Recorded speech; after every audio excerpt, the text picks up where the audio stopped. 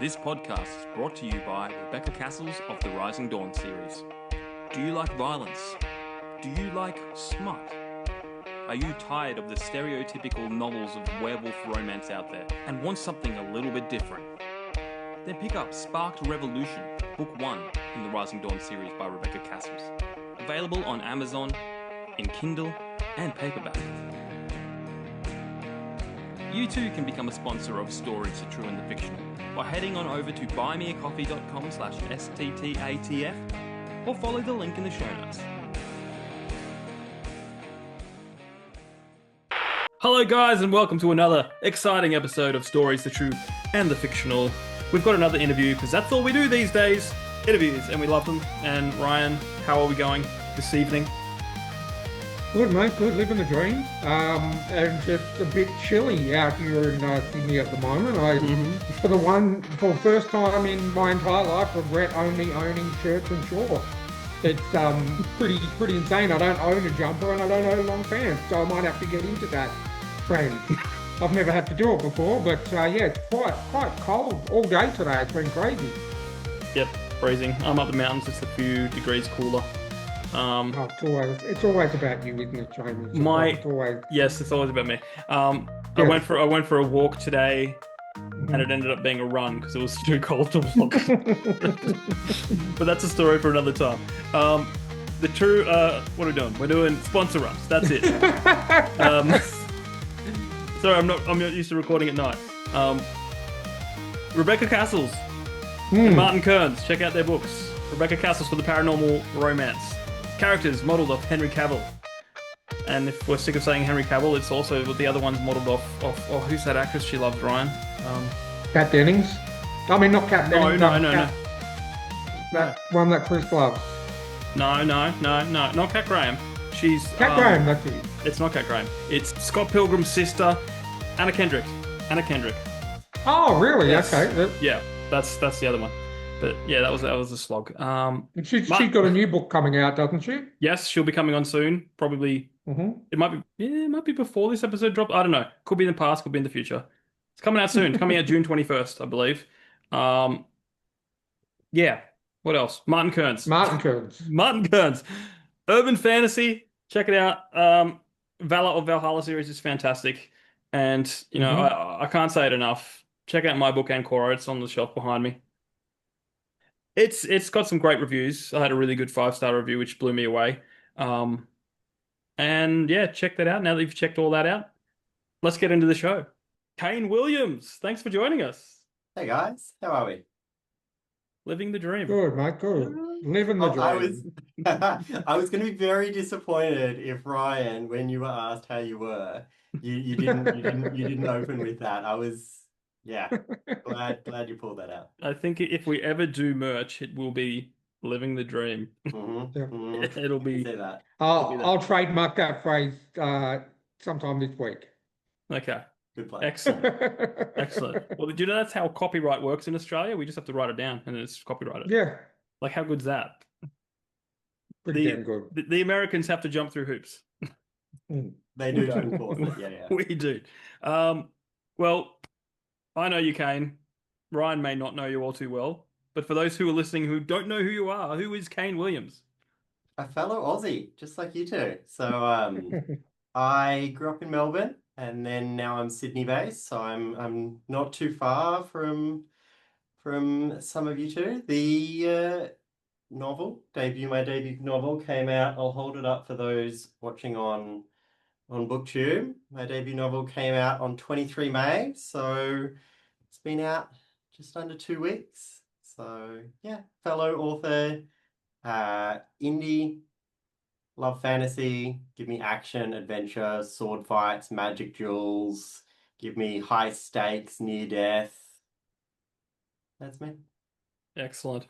Awesome. We're going to dive into all of that, but first we're going to do the icebreakers. Yes. I realize the more popular this show gets, the more people are prepared for these questions.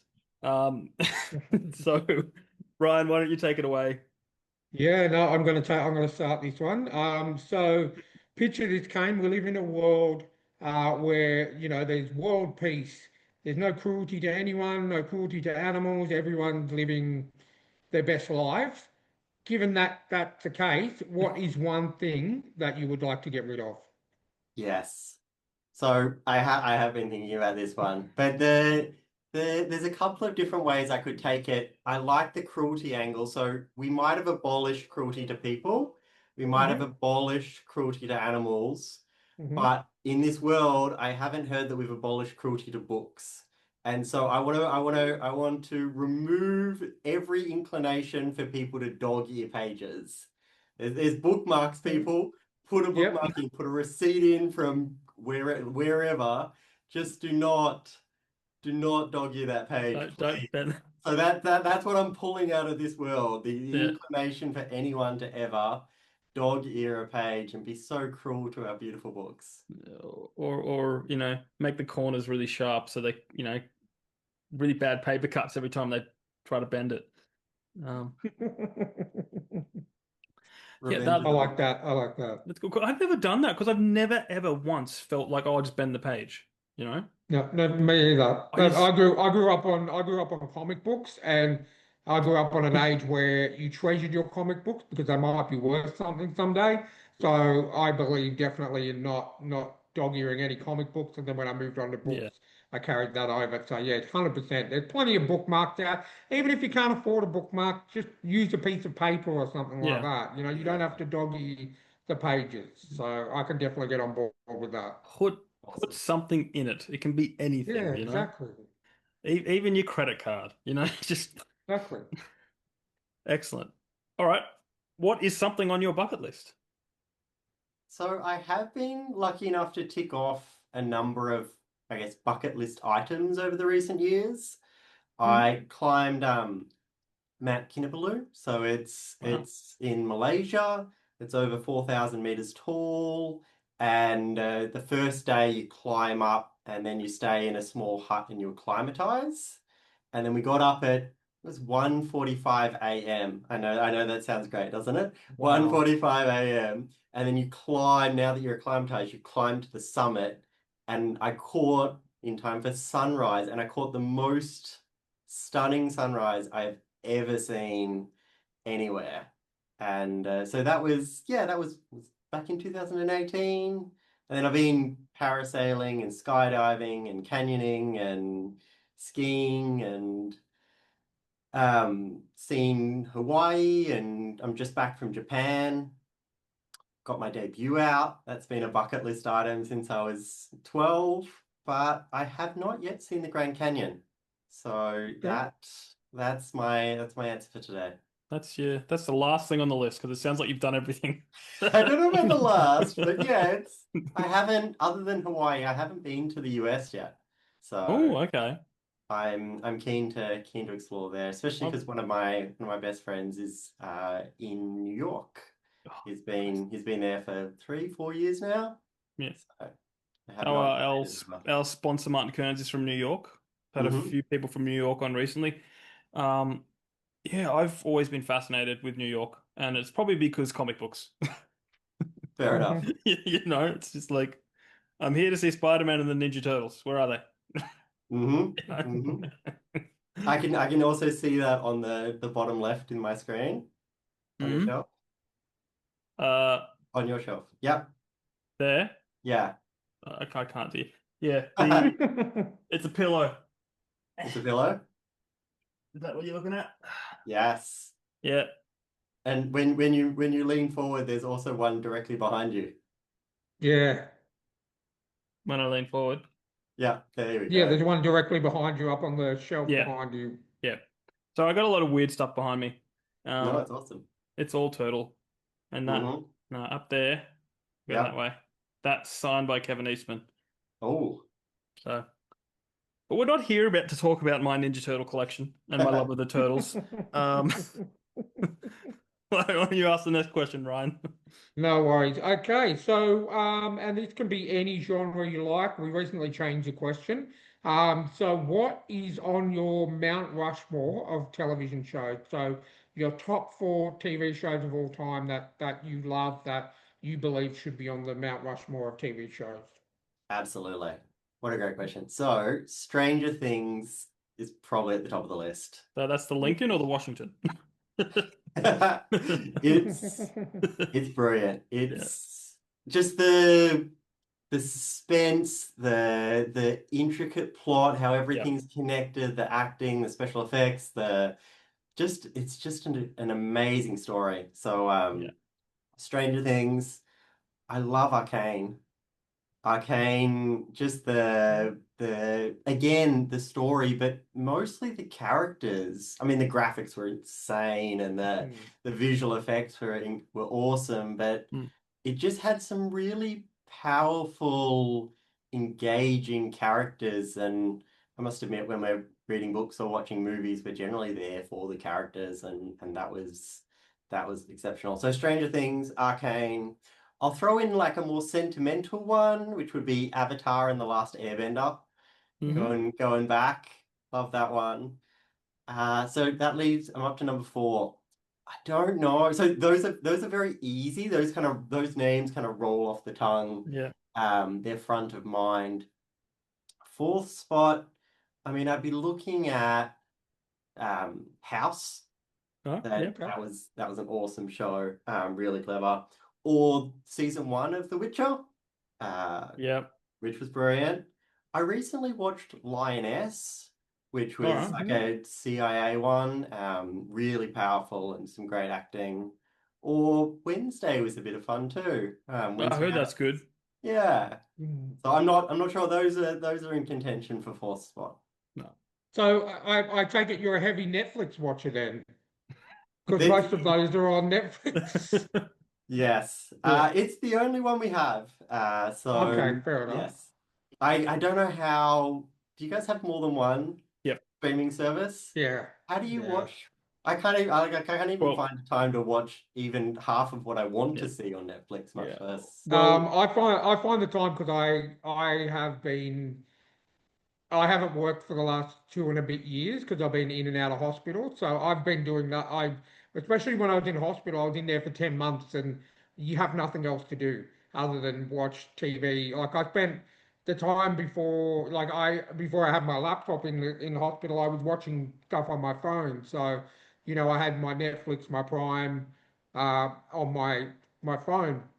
And yeah. then yeah, so that's pretty much how I justify having, you know, three different streaming services. So Yeah. just because I've got nothing better to do at the moment, Yeah. if I'm not reading, I'm watching TV. Sure Yeah. thing.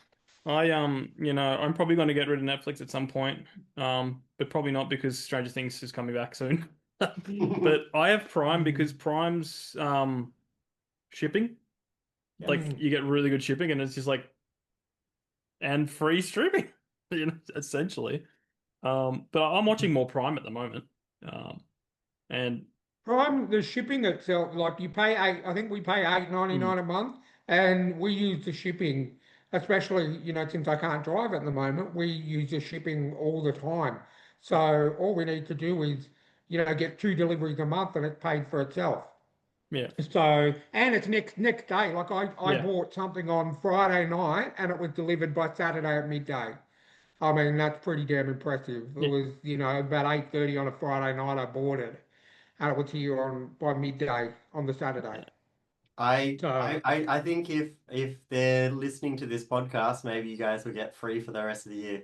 Oh, that'd be nice. oh That'd yeah, be that'd be I nice. would definitely like that. But So, you know what's Jeff Bezos or whoever runs Amazon at the moment, if you're listening. you know what's funny? My sister can't get next day shipping because of their postcode. Hmm. Yeah. But I'm further away from them, and Hmm. I have the same postcode as Richmond. Ah, By okay. default. So they're driving past my sister's house to give me next day shipping. Well, that's a funny one. My dad lives in a regional area, probably about an hour outside of Newcastle. One road in, one road out town. Yep, He still like gets me. next day delivery. Still Yeah. gets next day delivery. But yet Australia Post, Express Post takes 3 days to get to him. It's crazy. Yeah, So yeah. I love it. All right, let's move on to the zombie apocalypse. Do you have a plan, Hmm. Kane? Do I have a plan? So there's a couple of stages in said plan. I think obviously there's the first stage is kind of an analysis of where how widely it's spread, how the types of zombies that we're facing, the number of them, their gathering of, so that's analysis, gathering of water, of food, of gloves, helmets, magazines for forearm guards, like any kind of defensive equipment. Then there's more offensive equipment. So I I don't own a gun, and they're quite hard to get in Australia, and especially during a zombie apocalypse. Yeah. And Mhm. I think bullets, they're gonna only get rarer. So if I'm sure axes, the local Bunnings will have Yeah. plenty of axes if I get there early enough. Or there's a cool sword place not too far from where I am, Mm. but I suspect that they sell them blunt, so I might need to sharpen that. But I would love give me a samurai sword or something. But so that's I guess stage two is gathering some provisions. But the main plan would be my parents recently retired to their catamaran. That's their Mhm. retirement plan is to sail the world. Dad, we might get onto reincarnation later because my book features it. But my dad believes he's well, not really, but jokes about Yeah. being a reincarnated pirate. Mhm. Oh, And Mhm. so, yeah, his my mum and dad have been long-time sailors, and so they have a boat, a yacht, and then that would be the plan. Would be to get.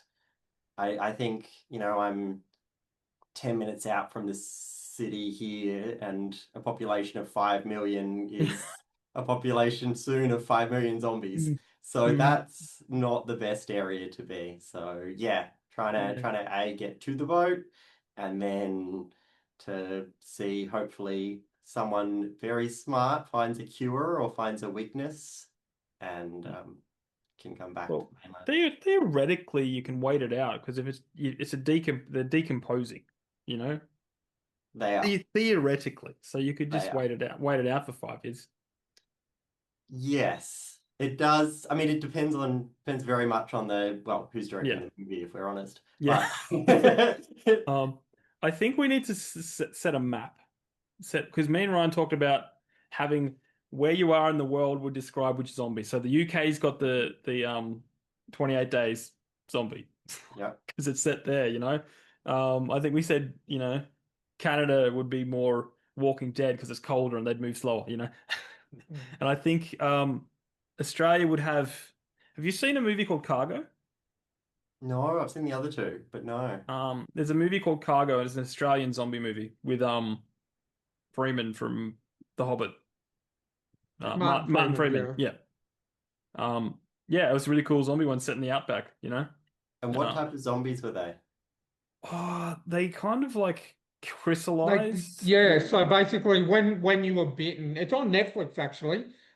When you were bitten, you kind of you start by like your eyes glaze over and you sort of crystallize and then come out of it as a zombie, I think like 24 hours within 24 hours of being Yeah, bitten.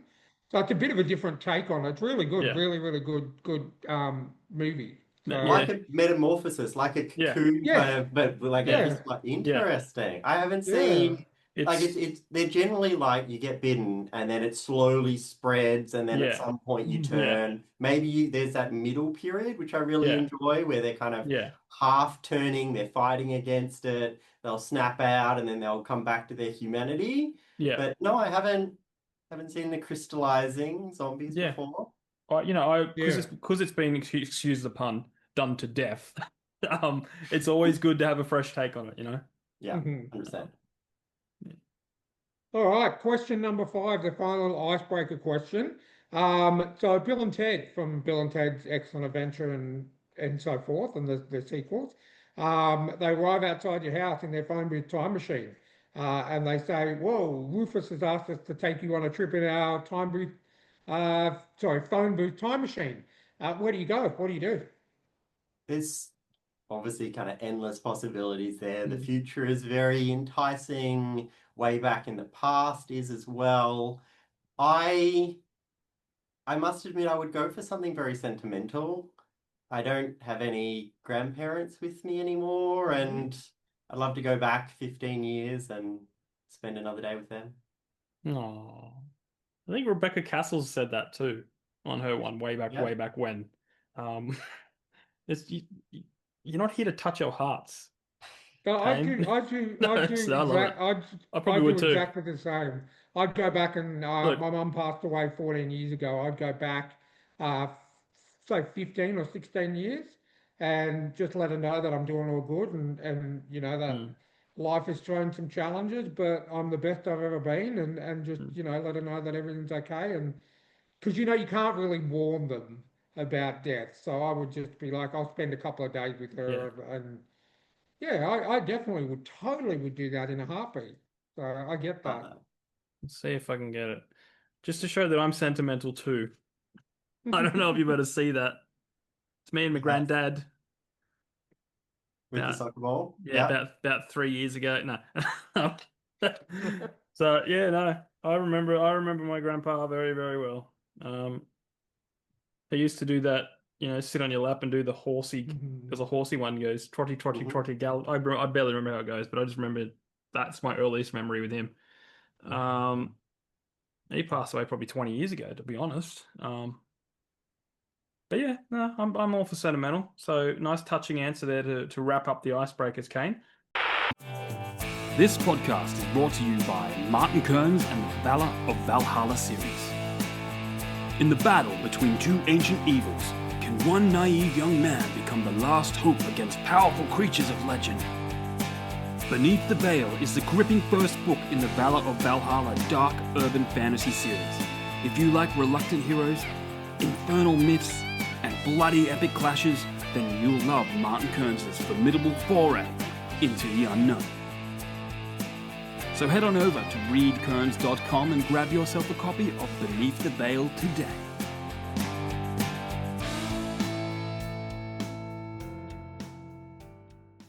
And you're probably expecting this question, but tell us about your writing journey, where it began and how you got to releasing this debut book. Yeah, thanks. So I've loved reading for as long as I can remember. I've loved novels, especially fantasy novels.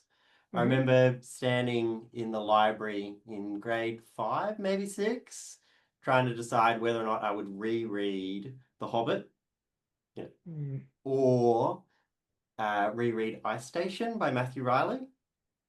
And Oh, nice. they are One of my both, favorites. yes, is it? That's I love Matthew Riley. Ice Station was the first book of his I ever read. Mm-hmm. And Mine too. yeah, that's awesome. That's such a, and then that got me into, oh, sorry to derail it, but I've read No. pretty much everything he's done. I went back to Contest and some of the earlier stuff. But yeah, Matthew Riley, great writer. So there you go. So yeah, for anyone who doesn't know, he's a thriller writer. We've moved Hmm. away from fantasy. We're talking guns, explosions. Uh, he's known for putting characters in an impossible situation and then Yeah. generally blowing something up to get them out of it. Like, Yeah. it might be the dam, it might be the helicopter, the submarine, or whatever it is. Often, he'll blow something up, or a mag hook will kind of come to the rescue, and they'll Yeah. save themselves that way. On his novels, before we move too much further, Temple is. Did you Yes. you love that one, Ryan? Yeah, yeah. I honestly love I love Ice Station will always be my favorite because it's the first one I found and I've reread it multiple times. But also do love the whole Scarecrow series as well. So yeah, look, I haven't read a bad book by Matthew Riley, so I'm all for it. And it's been quite a while since his last release, so I'm hanging for another one. He's got something in the works. So to bring it back, the fantasy's been a love, and then fast-paced action has always been something I've gravitated to in movies as well. Like give me Die Hard, give me The Oh Mummy, give yeah. me Angelina Jolie in Lara Croft, give me Blade with Wesley Snipes. Hmm. Give me any of those type of like something where the characters have an impossible objective. There's a whole bunch of issues in their way. And gradually, just like Bruce Willis, they're getting more battered, they're getting more bloodied. They're kind of, his you see him at the start in that crisp shirt, and then you see him halfway through, it's all torn and he's got scrapes, and then you see him at the end and he just looks like, he's ready for hospital, right? I love that kind of where they face truly impossible odds. And so in thinking about the type of book that I wanted to write, I needed an impossible quest. I needed really difficult obstacles. I needed characters that you cared about, flawed characters, and I also wanted some of that humor that you find in like The Mummy, or that you'd find in a maybe not quite a Die Hard, but definitely that I definitely enjoy that type of humor too. And so that's all packed into Perils of the Past. So, I might hold it up again for anyone on YouTube. So the novel follows Antana. She's a young woman seeking a cure to save those that she cares most about. And that's her impossible quest. And she needs to, in the first part, kind of return back to somewhere that she left and that she never wants to return to as a first part of that quest, and then beyond into a world that's extremely dangerous, into a world where humans are not at the top of the food chain, and that humans are not. I really enjoyed taking that concept back where, we've now, taken over the world and we're sitting at that top. Yeah. We are the alpha species. Originally, no, like there were, we were far less in number. The Earth was, Yeah. far greater in its nature, and the animal threats as well. And so in this novel, yes, there's only very small pockets of the relevant tribes. Cool. We do have an Annie Cormack question to ask you, but since we're already talking Perils of the Past, why don't we dive in a little bit more with that? Obviously, in writing this book and plotting it all out and deciding on how to get it all done, is this going to be a one-off, or is it going to be part of a series or a trilogy, or just an ongoing series? Yeah, so the novel is intended as a standalone read. It's Okay. intended to be Yeah. you read it, you're satisfied, it answers all of the major questions, it wraps up all of the key plots. The characters are, 20 odd years of age, and so I do want to hint that for any that do survive, that I do want to hint that there's obviously there's still plenty of left for them, and that this isn't a happily ever after and they have two Mm. kids and that's finished. Like Yeah. there's still a life to be lived beyond this. Hmm. And so I hint towards what that is, but it wraps up all of the major. There Yeah. are there is a possibility that I could return to the world, return to the Yeah. characters. There's parts of this world that I did a lot of world building, and there's parts that I've got a lot more fleshed out in my notes Yeah. that I only managed to hint at throughout the story. And Mhm. so I would love to return to the parts of the world that I didn't quite get to, that I didn't get in depth in. So, for example, there's a desert-based tribe, and the main character, Antana, doesn't get out into the desert. Yeah. And so there's certainly a big part of that world and that culture where I haven't got to explore, Hmm. but it's a standalone read, which is not especially rare in fantasy, but there are a lot of Mm. trilogies, there are a lot of duologies. Yeah. Sometimes you pick up a book and it's one of seven, for example, and I did want that. Sometimes I appreciate just want to read a book in between these big series that I'm already Yeah. tackling, low commitment. Yeah, pick it up, Yeah. 400 pages, and then you're done.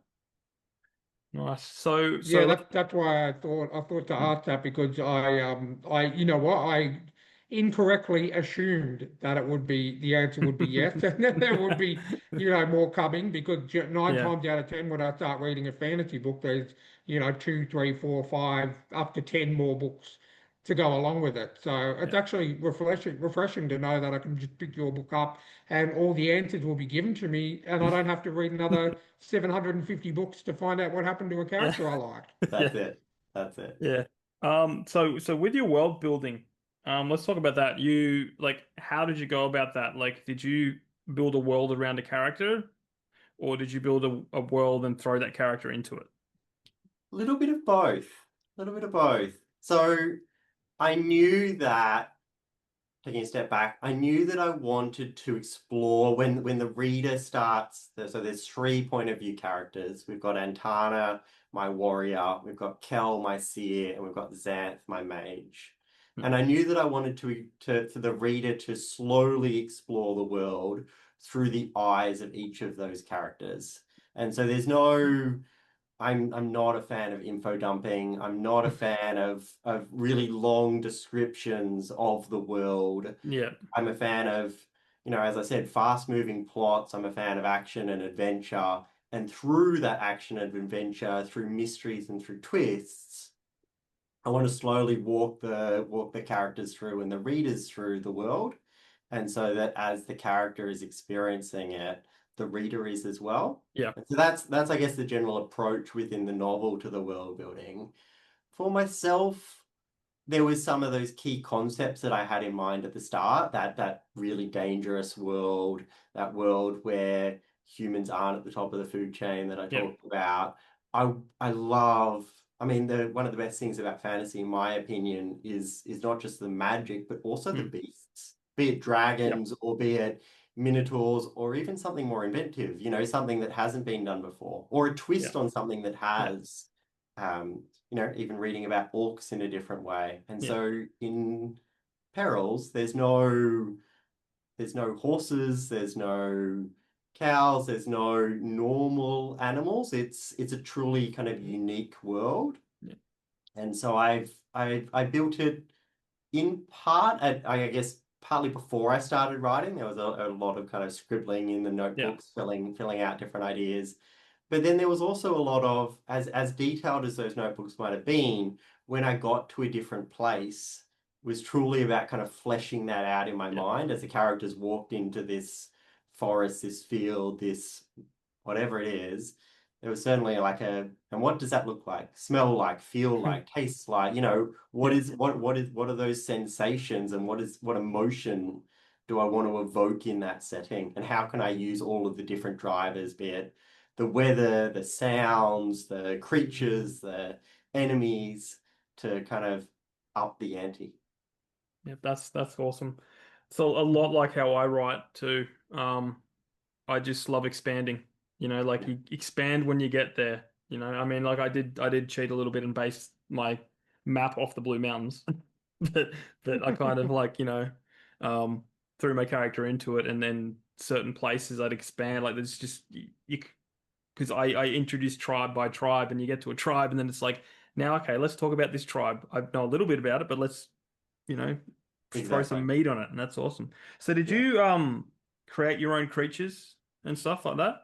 I did. That Yeah, was I my guess. question, damn it. Oh, so okay, pause. Do you want to ask it? Ask it, Ryan. No, no, it's all good. I just had that question in mind as you were talking, because you mentioned obviously there's no horses, Horses. no Yeah. cows, no normal Mm. creatures. I was like, okay, then what kind of creatures are we looking at? So yeah, cool.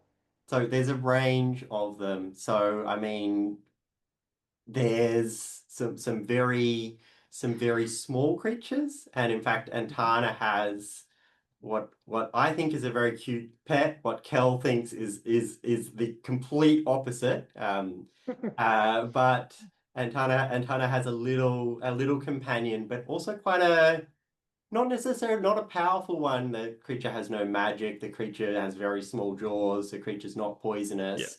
But there are elements of what that creature can do that can in a very small way, but also be quite powerful. So Yeah. there's Antana has a tiny little creature that's unique. And then there's huge beasts. There's um, a cross between, and I love thinking about, what if these two animals, they can't have babies, but what if these two animals had a baby Yeah. and then I made it the size of a tank? Like, Nice. Yeah. take a Yeah. scorpion, take a crab. What Yeah. would they look like? You merge What them. would the Yeah. offspring look like? And then what would it be if you made it, gigantic? That's cool. That's really cool. Did you struggle with naming them? I did. I Yeah. did. Obviously, there's you want a name that fits, right? You Yeah. want, that you read it and you're already getting a sense of kind What it of, is. Yeah. is it cute? Is it filling you with Yeah. dread? You want something that when you type it into Google doesn't pull up a whole bunch of, oh, in Yeah. Russian this means, in Yeah. Spanish Yeah. this means. It's like, Oh, no, no. Like yeah. it needs to be a Yeah. unique word. And Yeah. then it needs to be like every time the reader sees it, I don't want the reader confused as to what it might sound like. I'm sure there are Yeah. some words in there, but Yeah. for the most part, I want something that's memorable, but also Yeah. that you can kind of sound it out. And then you don't want a strange new word on every page. Like Yeah. it has to be reasonably spaced Yeah. out where you introduce it and then you've introduced a description and not in the kind of, oh, I see a creature and now I'm going to spend 3 paragraphs describing Yeah. it. Mhm. Feeding that description Yeah. through as it's advancing towards you with its Yeah. jaws outstretched and its Yes. tail slashing and really building that kind of picture and the character experiencing that through their eyes Mhm. about, as their weapon hand shakes before them or as their grip gets stronger and yeah, Yeah. Yeah, I love layering stuff, instead of sitting 100%. in, as much as I love Tolkien, I still struggle with the opening to Lord of the Rings, where it's just going, here's Hobbiton, here's the hobbits. I want to tell you everything about them. I just Mm. I prefer that you little bit by little bit because it just keeps the story going. Yeah. There is something magical about the way that he opens it, but Yeah. there are parts of the Lord of the Rings where I wouldn't mind if it was a little shorter on the description of that tree or that, Yeah. whatever it is. But Yeah. his writing's so magical. Yeah. It's Oh, it's still I don't diss it. It's just like he is a legend. absolutely. It's just I think he can get away with it, but you know, He can, but us mere no, mortals, no. yeah. I can't. Like, I mean, Mhm. my book's like not even 200 pages, and I just like to go.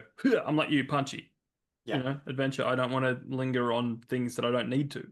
exactly. Do the Annie Cormack Do the question Annie for us. Cormac question? Do you know the Yeah, Annie Cormac question, Kane? I do. Okay. Well, I'm just going to play the intro music magically.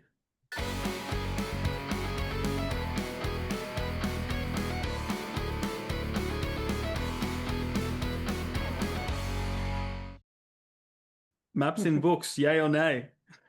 Maps in books. So I love a good map in a book, but and I have there are various illustrations within Perils of the Past. So I am a big fan of artwork within books. Hmm. I'm looking down because I'm just about to show you. Is a Yeah. Oh, so cool. So that's at the very start. That Yeah. same cave is that cave, Yeah. and that's when you start reading, Ryan. That's what you can expect in chapter one. This cave that's Okay. featured on the cover and just on that inside is and also behind me for anyone watching on YouTube is in chapter one. So I'm a big fan of Okay. illustrations, artworks, love a good map. I love a good map, especially. This is a long-winded answer, I know. I love a good It's all map, right. especially in a story where you're following them go from A to B to C to Hmm. D, and then potentially there's an army moving, in from the side. Then there's another force over here, and so Yeah. you're getting. I'll be reading page 200 and I'll flick back to the map at the start and Yeah. be like, where are, how close are those two now? Yeah. How far Mm. is it? Yeah. And so I love that kind of thing. In Perils of the Past, though, it's a fairly unexplored world. It's Yeah. a world where it's so dangerous that that the tribes have really, other than venturing out in a full hunting party with a mage and with Yeah. their the best warriors, they're not. They're not going on gentle walks from A to B. There's no Yeah. roads from town A to town C to town D. Yeah. There's none of that. And so, Hmm. as much as I was tempted to put a map in it, I didn't think that it was necessary or would Yeah. add that much in that Mm. type of a story. So I'm for maps where the story kind of benefit from it, Yeah. but I'm very happy to read a book without a map, especially if the book doesn't necessarily require Mm. it. Sounds like you're agreeing with Andy Cormack. Because he said Hmm. he loves a map when it's necessary.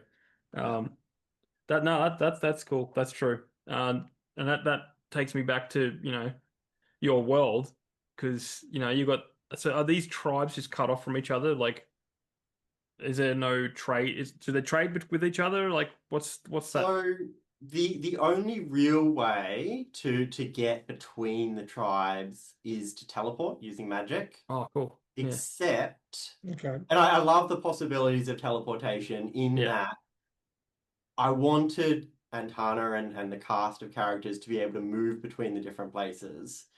But I also sometimes, and it depends on the book, but sometimes those 3 weeks of travel can get either a little bit tedious or can feel a little, to jam three, you might have spent 7 chapters on one day, and then you'll have one Mm. paragraph on the next 3 weeks. They went from Yeah. here to B, and Yeah. I wasn't sure that I really wanted either of those in the novel. There are some brilliant novels where you're moving Yeah. through, but it wasn't what I had in mind for Perils of the Past. Yeah. And so I liked the possibilities that teleportation opened up, but at the same time, I was really aware of the dangers and the pitfalls, Yeah.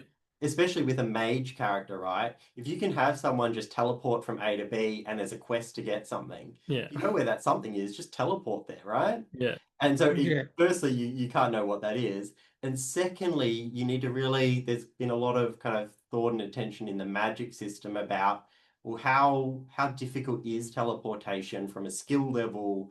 My magic system has a type of mana is probably the easiest way to think about it. So an energy cost. There's also a physical exertion within my magic system. And so it really requires all of it. It's one of the most advanced spells. It's one of the most mana intensive spells. It's one of the most physical exhausting spells. And you also need to know your precise destination. Yeah. And like normal teleportation, you need to be sure that you're not teleporting into the middle of a rock or a lake Yeah. or Yeah. whatever it is, right? And so, yeah, they use teleportation between certain cities if Yeah. you are at the top end, right? Yeah. If you're one of the high majors, if you're the Yeah. king, if you're the chancellor, I Yeah. have different regimes within the different tribes or nations, but the normal everyday person isn't going from Yeah. one city to the other because of all those cost reasons. Yeah. That's awesome. I like that idea because I mean, essentially, if you're going back to video games, once you unlock fast travel, you don't walk, 3 weeks to get somewhere. You just go fast travel. And it Exactly. makes sense. Once you've unlocked teleportation and you're high enough mage, why walk? Yeah. You Yeah. know what I mean? Like it makes sense. But yeah, let's talk about the cover now. I obviously mentioned I grew up on comics to start with before I started on books, so comics from a very young age of, 6 or 7. So I can really appreciate good art. Now, I absolutely love your cover. It's probably one of my favorite ones that I've seen, and I truly believe that, the cover is what will draw 90% of readers in. If you go, oh, this looks good, turn it over, read the back, and then, obviously make a decision of whether you're going to get it. So did you design the cover yourself, or did you outsource someone to illustrate that cover? So as I was writing, I kept a little folder of all of Hmm. my favorite covers. So Okay. over the kind of the 4 years, 2 years for the first draft, another 2 years in writing, I and editing, I kept a folder, and in every time I saw an amazing cover, I looked up the artist, I then delved into their portfolio, and I put them away in a folder, and that folder grew and grew, and then I had a list. And then I cut down that list and started reaching out. And so I settled on Anderson from Design Unlikely. He did the that earlier illustration that I just showed you. So he's Yeah. done the internals for it. Yeah. He's done the cover. There are chapter headers. So Oh, cool. Yeah. each of the point of view characters have an illustrated chapter header, and they also have an illustrated, this is Antana's scene break. And so Okay, I like Antana that. has her set, which is sword based, considering she's holding a sword on the front. And then there's another set for Kel and another set for Zant. There's a couple of internal images. And so yeah, Anderson was brilliant to work with. He's a very I look, I can scribble. I Mm. used to enjoy art in like year 10, Yeah. but I love like you, Ryan, I love a great cover. Just give, and I really appreciate those artistic talents that Mm. I wish I had. And so I definitely knew that I wanted to engage an expert and someone, that could really bring my world and my characters to life. Yeah. And so yeah, Mhm. it was a great collaborating with Anderson. Now, show him the real cover, Kane, because I've seen it, but he doesn't take the sleeve Yes. off. Take the So sleeve off. so there is a hidden cover by a different firm, by 100 Covers, that hides under, and it's only on the hardcover. And so that, well, I should say before that the hardcover's full wrap, so it goes all the way around of the same design. Maybe I'll open it up. Mhm. Here we are. I love this so much. That's so Okay. cool. And so under the hardcover, so Okay. That's that's pretty awesome. The thank you. contrast. I love the contrast. Yeah, I was thinking, so that is the same mountain. I was Yeah. talking before about the same cave. This is the same mountain when a certain disaster hits. Mm. And Okay. yeah, I was thinking about once Anderson had done the front cover, I was thinking about I loved having that second kind of hidden cover. I Yeah. was thinking about how can I maximize that, and I was chatting with the other artist on that, and when I was thinking about that kind of like it's like that deep red of a sunset, but it's wrong. There's that kind of prevailing danger and darkness within that. And blue is my favorite cover. So when Yeah. when Anderson and I were chucking around ideas, and we settled on this one, I loved the blue cover. But Yeah. yeah, that red undercover for the hardcover is yeah, I'm really really happy with how it turned out. So is that red cover a spoiler event? Like, is it or Yes and no. yeah. So it's you can't tell that much from there. Mm. You've got a sense that something has gone wrong on that mountain, Yeah. but Mhm. it's even when you're reading it, it's very hard to anticipate the nature of that event, or Yeah. actually when you're looking at that cover, it's really hard to decipher. When you Yeah. get to that scene, you'll know exactly Yeah. exactly what scene is depicted on there. Yeah. But no, Yeah. I don't think it's spoilery. Well, it's a great way to do it because people are going to want to read. Keep reading. When's that going to happen? When's it going to happen? What's going to happen to the man? Exactly. So Yeah. it's really clever what you did there. Yes. Is there anything else about the world you want to tell us? This world that you've created, is it confined to a continent? Is there room for it to grow even further? There is room for it to grow. It is confined to just one continent. Yeah. There's, 4 tribes within it. The One of the things that we started to touch on was the creatures. The other part of the creatures, I guess, was some of their inspiration. So being in Australia, we have all manner of kind of dangerous wildlife, which I really enjoy. But remembering back to my childhood, some of the most kind of awe-inspiring creatures were dinosaurs, and they still are, right? Yeah, Just 100%. incredibly cool, incredibly Yeah. cool. And Yeah. so I brought some of that into Perils of the Past, where when you're thinking about what is that alpha level Yeah. creature that is utterly terrifying, that we really, without magic, we really have little chance against, it would be that dinosaur. And so there are um, creatures inspired by our Australian wildlife, but also creatures inspired by Yeah. dinosaurs in there. Yeah. And so I had a lot of fun thinking about the different threats that they were going to face, Mm. both kind of within their society, within the political frame, within the nature of the quest, within the time frames for that quest, but also the kind of flora and fauna. That's awesome. Now my mind is racing. I've woken up a bit. So it's this world where we're not the top of the food chain anymore. Was there an event in your world that flipped it? Do you, So, like how's that turn out? You know? yes. So there's two, my mind's going in two different directions to answer this. I'll try and tackle them in turn. Yeah.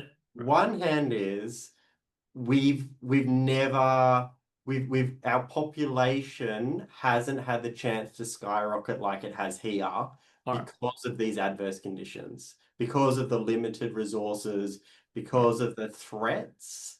We haven't taken over. So it's not that scenario where and something has struck Yeah. and we were previously over most of the world and it's a dystopian type setting where we Yeah. lost, Yeah. half a quarter, three quarters, whatever it is. But on the other hand, I'll give a couple of hints. Perils of the Past, that title, I've had readers see about 5 or 6 different meanings within it, Hmm. and that is very intentional. It's quite layered Yeah. in that meaning. So I talked before a little about reincarnation. So Antana, my main character, is looking into her past lives, is Yeah. looking into her soul for her past lives. And so you've got that past. She's also shaped by a traumatic event within her past. So there's that nature too. The quest involves something that is a quest for a cure, as I mentioned, and that cure, the cure that they're searching for, has been Yeah. lost for some time.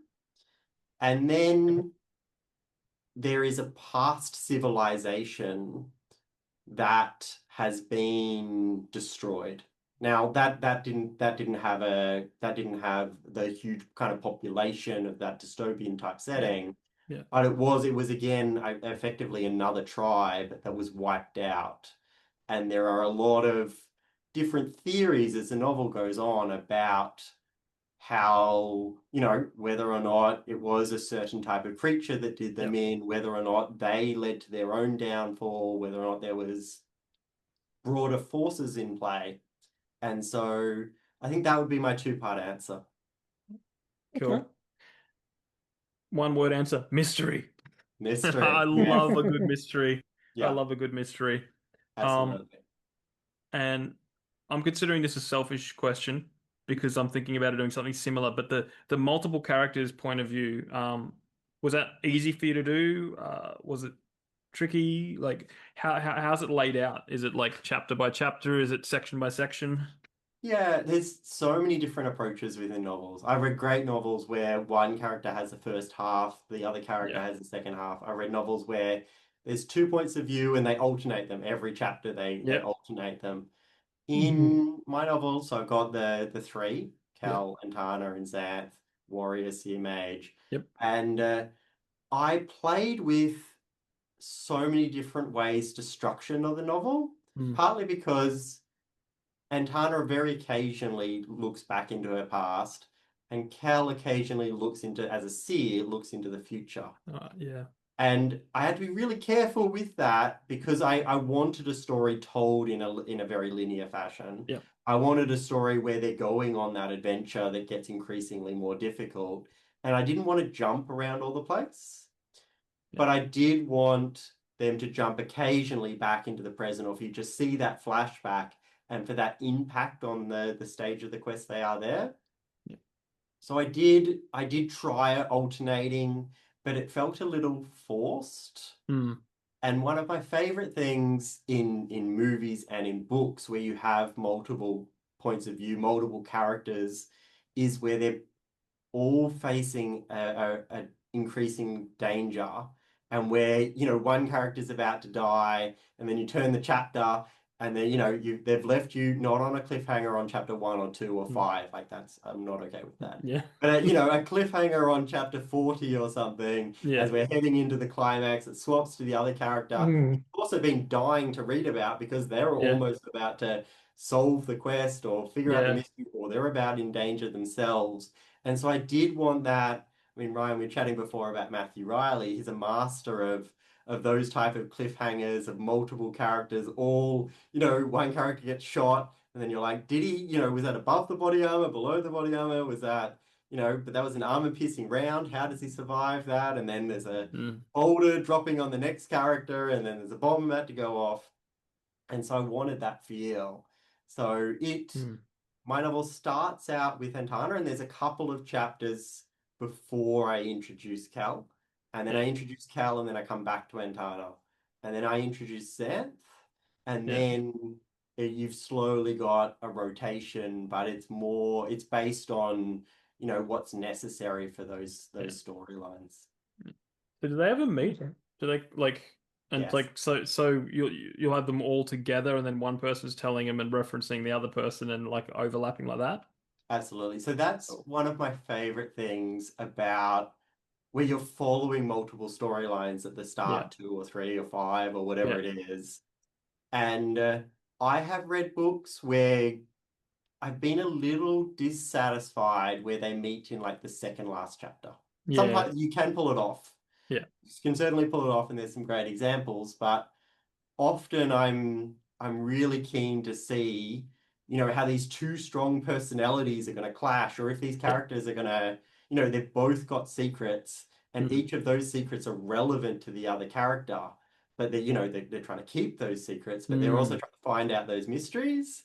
And so I did want to bring the characters together, not within the first opening chapters, but yes, they will meet, they will interact, and some of those characters get on better than others. It's a really cool way because you get the first person of each character and you can learn how they think about the other person, and it's just that's really clever. There's some great possibilities with it. I mean, I don't like a mirror scene where your opening character walks in front of a mirror and then starts describing themselves. Like I it's combed my blonde hair in the mirror. Yeah, exactly. It's much more interesting for me, not just, how they perceive themselves, but when you've got two characters each meeting, themselves, their counterparts for the first time, and you're getting those descriptions about, is he arrogant? Is he, what's the level of that? Has he got a really intense gaze? Has he got a standoff aura? Is he, how's he handling himself? And is he nervous? And all of those things where you get to describe the characters and then you get to see them interact. You get to prove themselves through their actions. And so I certainly felt like that was an important thing to bring in. Yeah, excellent. Man, it was already on my to be read list now, but I think it's moving up. Kane, you're selling it. You easily sell it to Ryan, and it takes a lot for me to go, oh, I'm gonna, So you've sold one to me. Excellent. I'll get to it eventually. I'm just a slow reader. If people know that people who listen to this podcast read, they probably read 2 books a year, instead of 2 every 27 years. So I've really upped. You have. Whereas I read like probably 4 or 5 a month. That's 1 a week. That's awesome. Yeah, well, I read Jamie's book in 3 days. That was really good. That's a testament to it. Oh, that's only 47,000 words or something, and I prefer to be short and punchy, because I started with novellas and then I just work on my way up. So I may do a novel one day, but I think I prefer being short and punchy at the moment, and then I can always put them all under one cover, Yep. There is something about holding a 130,000 word. This one's 124. There is something about holding that type of a length in your head, but also keeping the engines rolling, your feet running, whatever word you want to use to describe it, but that momentum in the writing phases and the editing phases for something that is, I have no idea how some of the huge authors are pumping out 350,000 word novels when I'm certainly not at a pace of writing or editing where that would seem sustainable, but also just I'm glad I didn't do it for my debut because Yeah. I can't like 130,000 was already Stretching it. Yeah. pushing my limits of trying to tell that story in the best way possible, and Yeah. the possibilities that you would open up in having a novel that long would yeah, I don't know how they do it. Yeah. My biggest worry, because I've tried writing fantasy before. I think I got to 50,000 words, 60,000 words. And I was just like, it just became daunting, and it's just like, I worry about going back and going, wait, what's going on? Like, I forgot all about this, It's like, I don't have that, Yeah, there are a lot of yeah, threads to keep kind of track of, but yeah, especially when you're doing something with twists and yeah, mysteries and where you've got yeah, an expansive world, it can be a little difficult, especially when you're writing it over a number of yeah, years or where you're yeah, writing it, while doing your day job and yeah, managing all the other stuff in life. Yeah, yeah. there's a challenge to it. I think I'd have to do it like I go part one, part two, part three, Yeah, and each would Hmm. be their own story. Almost, I just don't, yeah. One day I'll get there. Um, you will. yeah. All In right. saying that, like as someone who's read Ancora, it works. Like it works. I like it. The job of a book is to one make you not want to put it down. And I normally I read for like maybe an hour and a half to 2 hours straight. But with your book, with Ancora, I've looked up and I'm like, oh, that's 3 hours gone, and I'm halfway through the book, and I just didn't want to stop. I only stopped because I had to. I just needed to know Hmm. what was going to happen to your characters next. So I think sometimes writing short, as long as if you're writing short, as long as it's well written and keeps Hmm. readers wanting more, I think that's just as impressive as writing, 150 to 200,000 words in a book. You Yeah. got to like we're always going to need shorter stories, and we're always going to need longer stories. So if you're good at one but not good at the other, I'd say stick with what you did with Ancora because that was Yeah. bloody amazing. Cool. The the best thing is that immersive experience, like you're Yeah. talking about, Ryan, where you're Hmm. in that world, you're inside those characters' heads. Yeah.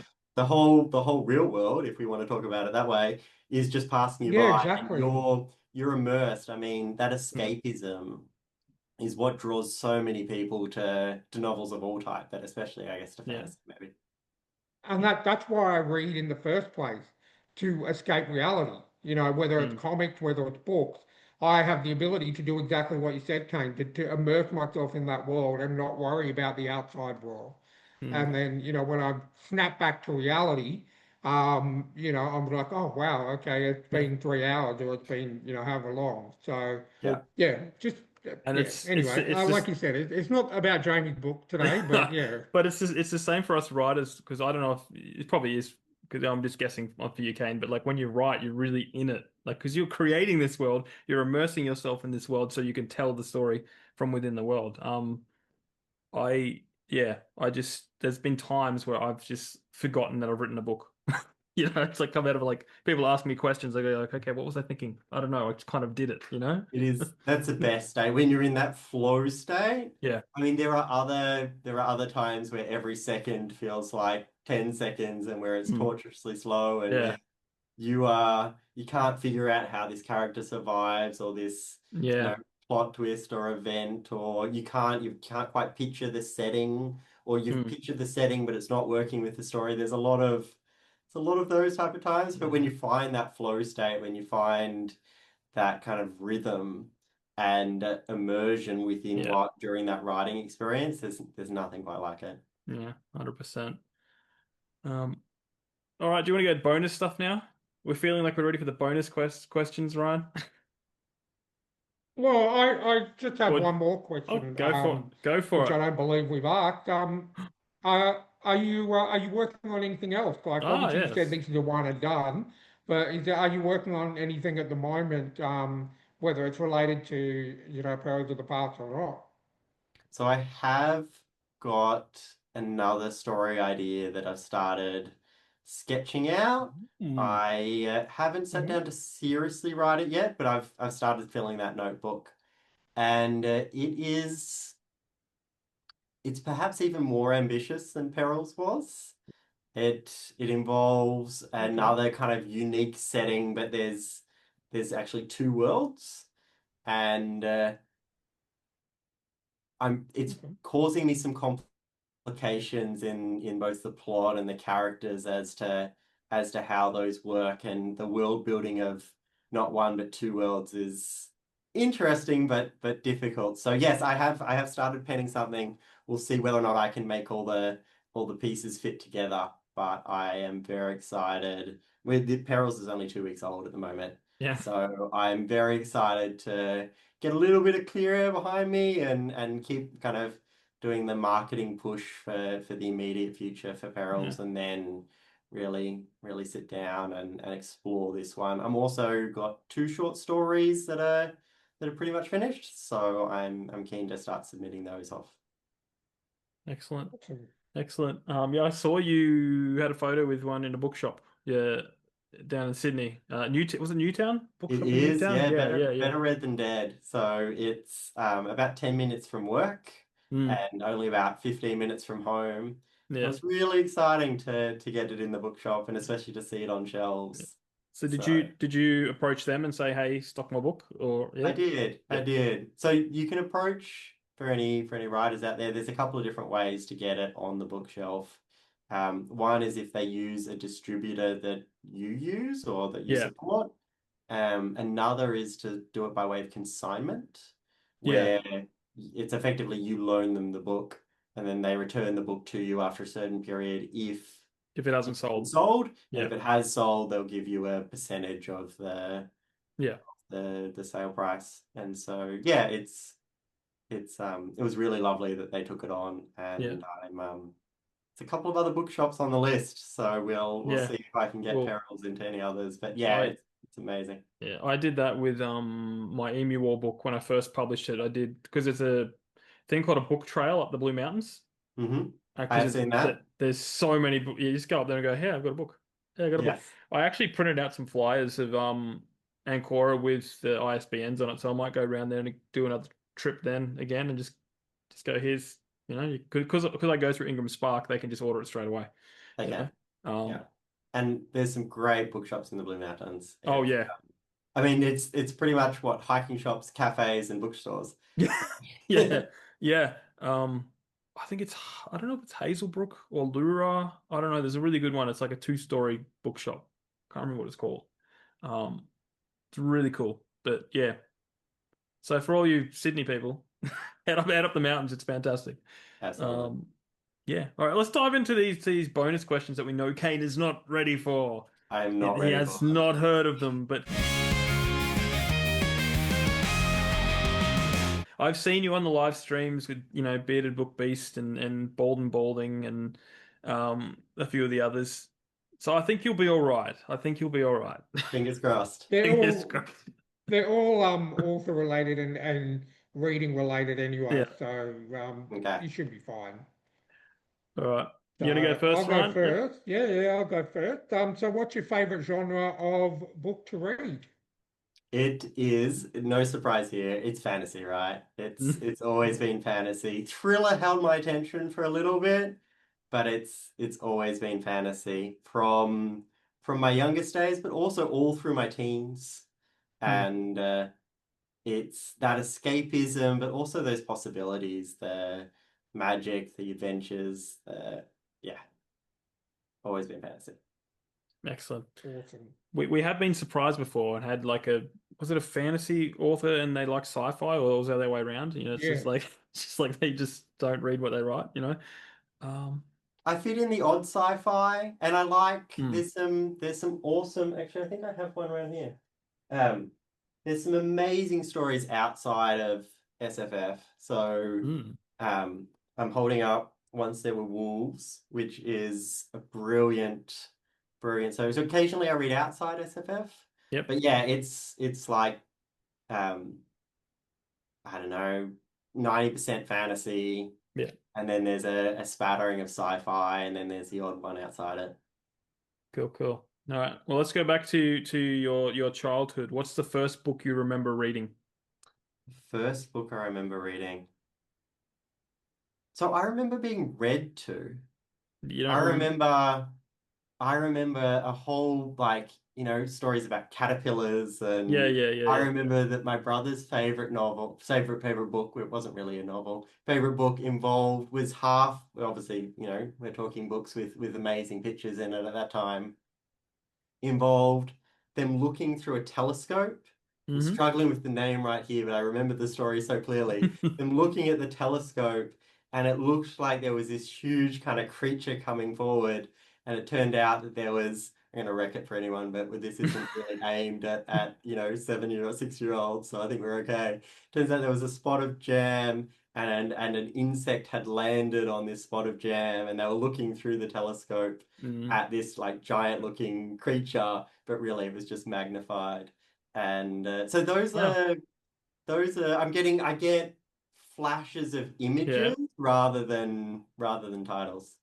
Well, then, let's just move it a little bit forward. What's the book from your childhood or even your teens that you read and you're just like this, like you loved it? Yes. So teens, um, my favorite trilogy is the Empire trilogy.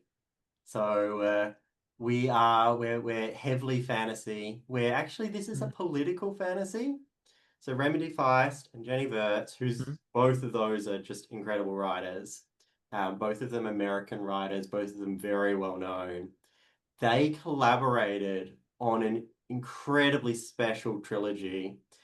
It's related to the Rift War saga, Mhm. um, and it follows a young woman who has got her life set on being dedicating it to a temple.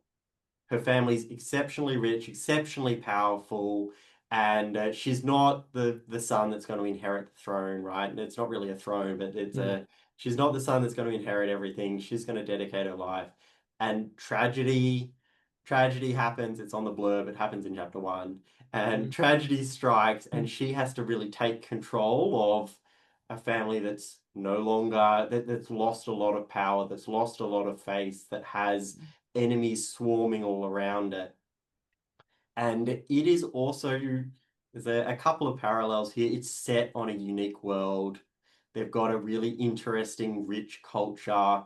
It's got some amazing creatures that are not Mhm. found on Earth and that aren't in a typical kind of sci-fi setting or fantasy setting. And it's a really powerful, immersive tale. It's very different from Perils in the Past in that it's Yeah. very kind of politically focused in all about those kind of moves. But certainly, if you asked me, if you went back and asked myself, we were talking about a time machine, Mm. grabbed a time machine and went back and asked like 14-year-old Kane what his favorite book was, he'd probably recommend the Empire Trilogy. Nice. Cool, cool. Awesome. Well, keeping with that trend, what was the latest book that you've read? So the last book that you've read. The last one. So I recently finished The Grey Bastards by Jonathan French, and it won one of the blog offs in 2016. It's been on my list forever. You know those books that just sit on the TBR. You're like, I'm Mm. going to get to you. I'm going to get to you, Yeah. and then just Mm. like here. You see a book and you're like, oh, actually, no, I'm going to move that up. And then your best Yeah. friend's reading something and you're like, okay, I'll read that. And then, Yeah. you see a blogger that you recommending, pushing this latest book, and you see Joe Abercrombie bring out another one, and anyway, so stuff just slips down, and this one had slipped down onto page 2 or 3, Mm. and I saw it recently, and yeah, moved it up that TBR and got it off the list. It was really interesting in that it was a take on half orcs that I'd never seen before. Mm. And so obviously we've got a lot of it, I say the word orc and you've already got a picture in your head. Maybe it's that orc from Lord of the Rings, or maybe, there are so many other variants on orcs. But it was it was a take on half orcs where they are riding hogs. They're riding these war beasts. And that is how they are able to kind of stand up to the full-blooded orcs in that full-blooded orcs and animals do not, you know, fire and water, in that they completely do not get along. Like a full-blooded orc will never ride an animal, and an animal won't go anywhere near them. So these half orcs, half human, half orc, are riding these oversized beasts, and the bond between the rider and, just like, you know, in a dragon riding novel, the bond between the point of view character, I was about to say human, but they're not. The point of view character and the beast was really great, but also they had a real camaraderie. And unlike Perils, it was packed with swearing, and it was that, you know, half orcs, you can imagine, especially living in a very unforgiving desert-like place, they're a very rough breed. And so it had all of that kind of feel and immersion within that.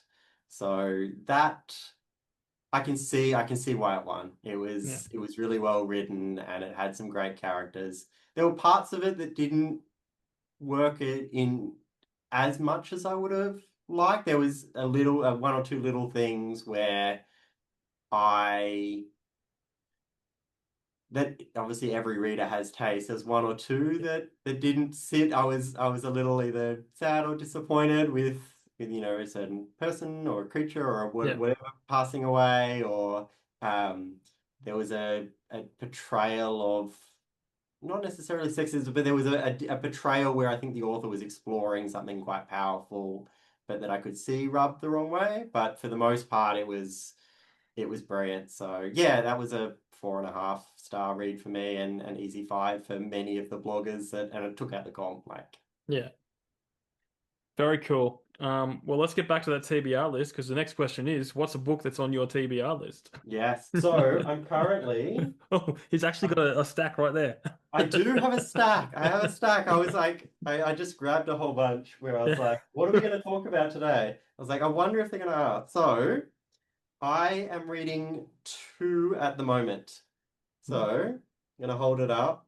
Oh, wow. So Thomas Howard Riley is amazing, and The Light of Kazaban is, we were talking about shorter novels. So this one's 192 pages. Ooh. And the blurb is awesome. I've started it. It's incredible. It's about a oppressed people and race, and a main character searching for truth, but also searching for answers, and a way to kind of obtain freedom for her people, but also to protect those under her care, a whole bunch of children. And so that's really interesting. Then this one has been on my list for a while. The Spear Cuts Through Water. Firstly, that cover, right? That cover's incredible. Yeah. But the novel, and I had to put it down the other night because I was just too tired. It's written in a very different style, and some readers, I think, might struggle with it for that, and I didn't quite have the brain capacity for it. But when I came back to it with some fresh eyes, it's really powerful, and just really that there's a unique voice and a unique way that voice is employed. Yeah. And so I'm enjoying both of those. I don't normally read 2 at the same time, but I am liking that, where one is a little more dense or a little different, and it takes a little more brain power. I'm liking that kind of shorter read where it's not as intimidating, and when I'm a little more tired, especially if I'm reading it, you know, just before bed after a long day of work, where I can go, okay, I'll take this one tonight, and where I'm like, oh, I'm after a more, you know, in depth, I'm up for that kind of mystery. I'm up for something that I haven't really seen before in the writing style in such a good way. Yeah. And I'm picking up the Spear Cuts Through Water. Awesome. Okay. Well, this one is, do you remember a TV show called Gumby? Yes, it's been a long time since I've even heard anyone mention it, much less that I've seen it. So I'm picturing the horse and the yeah. Yeah, Gumby Pokey. and Pokey. Gumby and Pokey was the Pokey. red horse, and Gumby was the green guy. Hmm. So much like, so basically, he used to be able to jump into any book and visit those worlds. So based on, the world of Gumby, if you could jump into any book, which one would you choose? You don't Jump have, into you any don't have book. to live there. It's it can just be a visit. So, God, there are so many amazing worlds, right? A lot of them are exceptionally dangerous. Like exceptionally dangerous. The I'm so all of the ones that first jumped to mind, I was like, I don't think I'm gonna survive 5 minutes in that one. Um, so I'm torn between two. So I'm torn between like a Narnia, Mhm. which obviously there's dangers in that one, but I think I could last more than 5 minutes. And that Yeah. one feels kind of nostalgic as Yeah. Narnia is for so many people. And then I'm torn between something really different. Like say, I'm gonna hold one up. Yumi and the Nightmare Painter. It's got a really fascinating world, and I don't quite know. So it's got I don't know how to describe it without containing any spoilers. And if you've read the book, It's you probably realize that the it's got difficulty things. in that Yeah. the world there's secrets within the world that Mm. actually turn the whole novel on its head.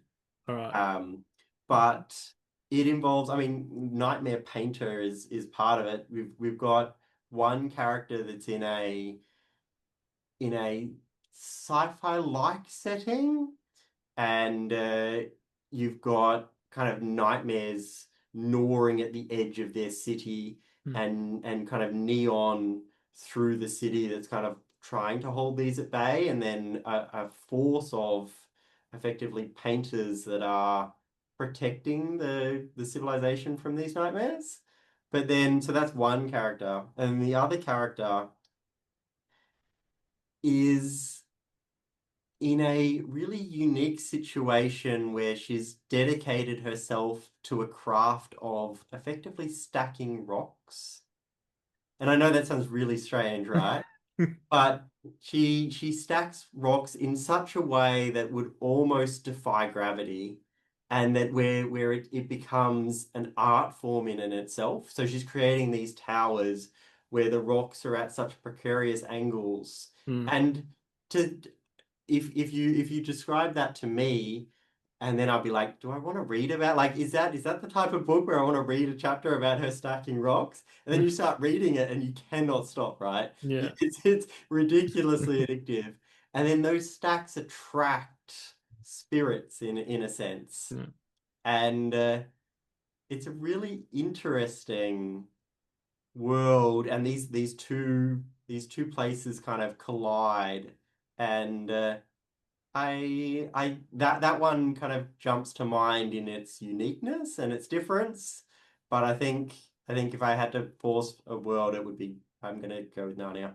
Yeah. We going into a wardrobe. You could always just go into that world and not go into Narnia itself. Just the first chapter or the first little bit, Yeah. and then that'll be cheating.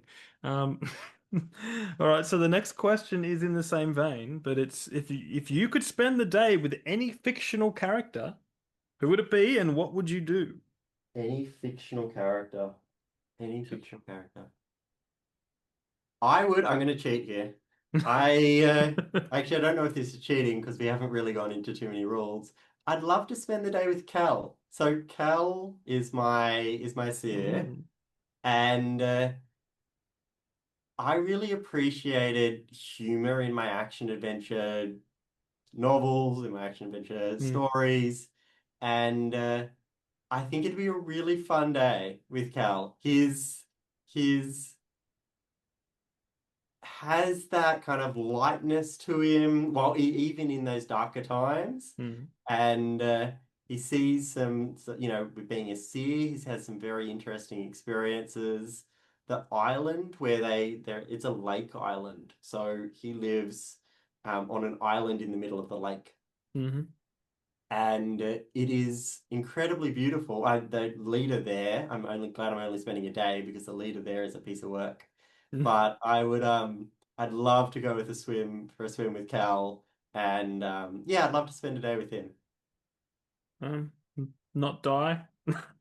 Yes. No, no. It's Awesome. it's it's very safe within the confines of Okay, that. yeah, yeah. Because the lake in itself creates a natural barrier All right, between the yeah. dangerous forest and the Okay. island, combined with the Hmm. mages that they have. It's safe within the confines. It helps when you create the world, doesn't it? It does. It does. It was difficult imagining. I know we're going off track, but it was difficult imagining the different settings where civilization could survive. So the Yeah. top of a mountain, for example, in the thinner air and within the walls of a temple with wards around it would be one setting.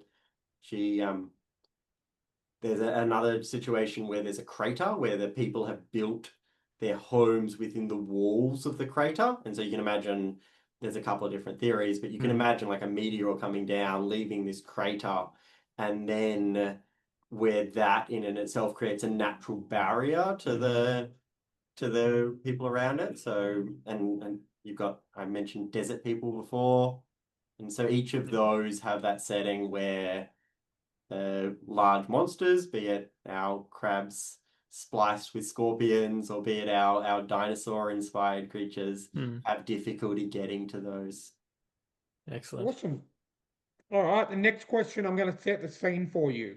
Yes. So you're in a log cabin. You know, there's a nice fire going. You're sort of sitting down in front of the fire, and there's an old-timey leather chair with a book on that chair. And then someone walks in to read your favorite book to you. Now, this could be anyone, living, Ooh. dead, alive. Who would that be? Who would that be, and what is the book, or just who would that be? Oh, but yeah, who would that Both. be and Do what is the both. book, if you like? So I'm torn between two. I would actually like, Jay Kristoff, a fellow Aussie, Mm. is amazing. So I would love well, I'm dying to read the final, the very last, but it's shortly coming out. The third book in the Empire of the Vampire trilogy. And so, God, if it was Jay Kristoff reading his latest book, I think I would probably pass out if I walked into that cabin and saw that.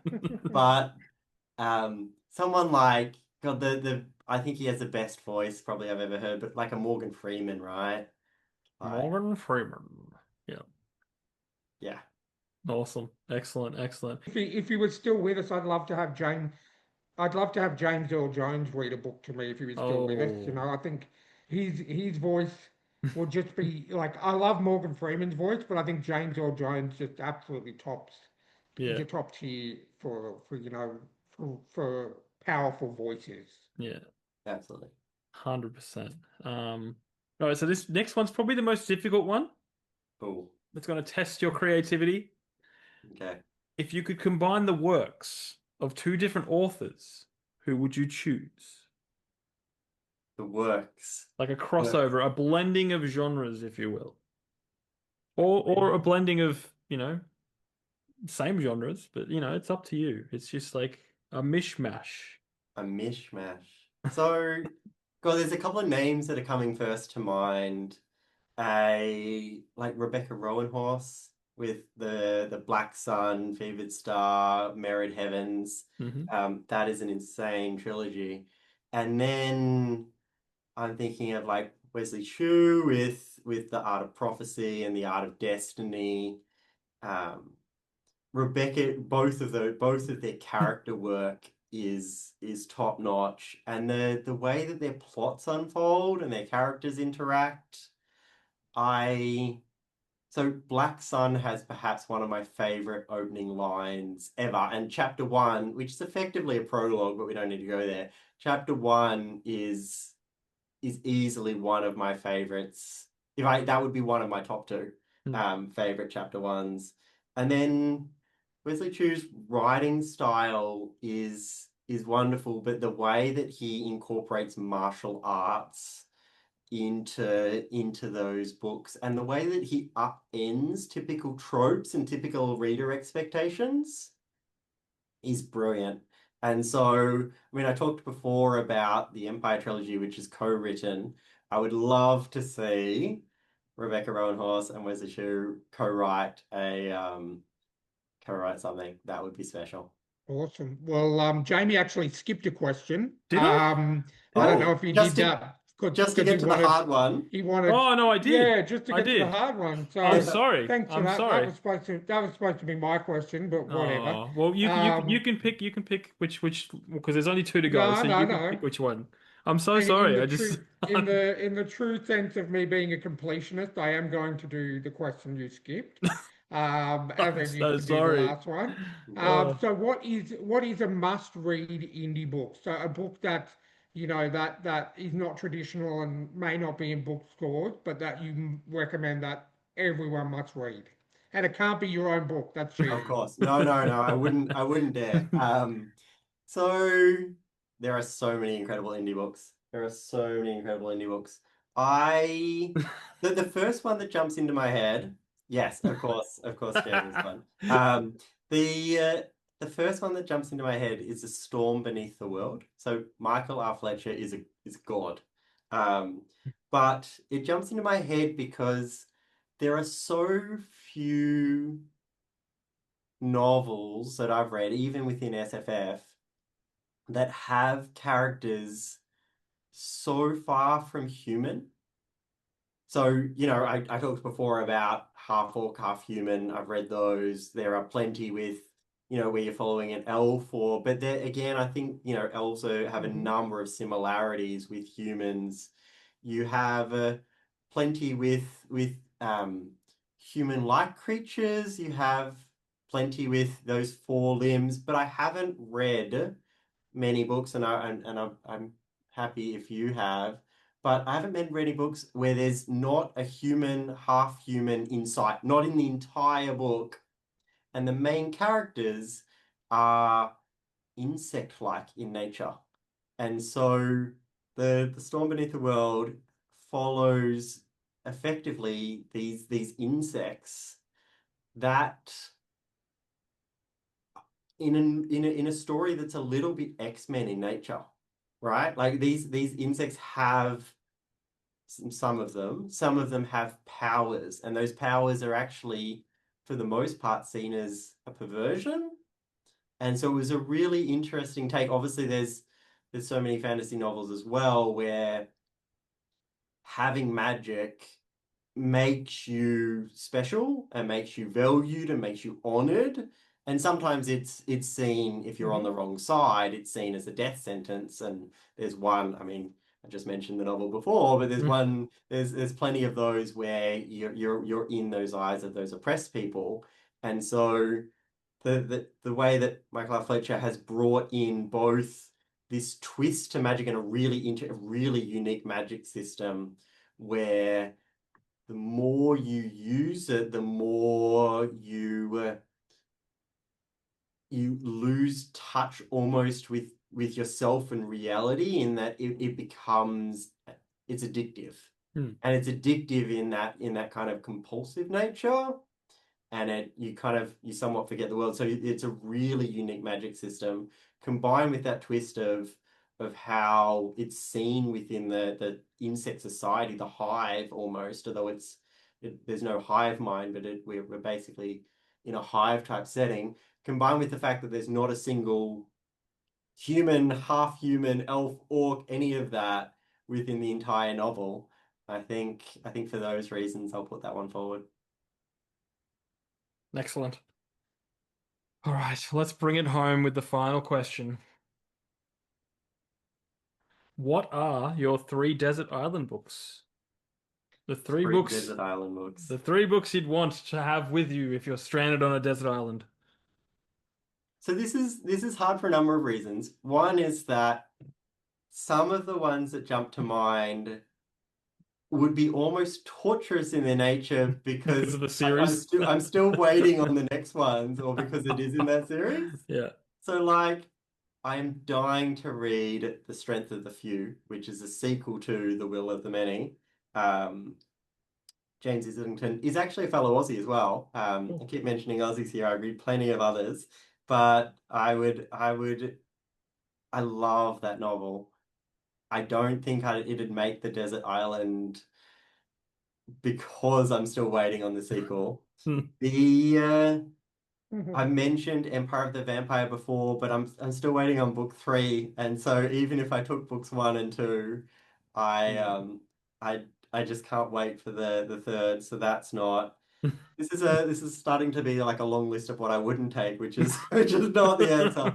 I'll put one straight in. So the Black Tongue Thief by Christopher Ballman is I mentioned before that Black Sun had my favorite chapter 1 or one of them, Yep. one of two. The other favorite chapter 1 would probably be the Black Tongue Thief. It opens with a bang, but it also has such a distinctive character voice and this giant or this giant rock as in a giant bird and you're thrust immediately into this situation, but the humor is exceptional. So I'll take the Black Tongue Thief. I uh, I think Kings of the Wild by Nicholas Eames. We've before mentioned dangerous worlds and settings. If I'm stranded on an island, I think I'd want something uplifting, something with hope, something with humor. Yeah. And Nicholas has really brought all of that into an action adventure setting. Have you guys heard of it? I've heard the name. Heard the name? Yep. So it's about a bunch of they were the kings of this forest, this wild, this impassable terrain, except that they now got old and fat and drunk and tired and they're effectively they're washed up and they're retired and they have been retired for some time and they've hung up their swords or sold them or lost them and they effectively get the band back together to save someone that they care about, and it is brilliant. It brings a smile to my face just thinking about it. Their characters are perfect. It brings that humor and that heart that I just love in a novel, and so I go Kings of the Wild, and then maybe In the Shadow of Lightning. Firstly, just that title is insane, but Brian McClellan is a brilliant writer, and so it's a really interesting magic system again that he's got going. There's some great books where they're fusing that tension between magic and science, and the novel does that really well. So those are my picks. There you go. Bags packed, ready to go. Exactly. Awesome. Well, thanks for joining us, Kane. It's been a long one. It's been a fun one. It's been a pleasure. You know what to do when you get the end of a live stream and the end of a end of a podcast. So that's where my brain's at. You plug your wares. Tell us where we can follow you and buy your books and anything you want to share with the audience. The floor is yours. Love it. Thanks, guys. So, hold it up one last time. Perils of the Past, 2 weeks old. The easiest way is my website, Kane, Kanew, for my surname, Williams, Kanew.au. So that has all of the links to my socials down below. There's a very easy, you click on the book cover and it takes you to the places that it's available. It is on, as you're reading, or as you soon will read, it's on Kindle Unlimited. It is available at a bunch of different retailers. It's available in Newtown if you happen to be Sydney based. Being published by Ingram Sparks, it's finds its way into Barnes and Noble and the like. And so there's through the website Kanew.au, there's a bunch of different retailers, and you should be able to find one that ships to you.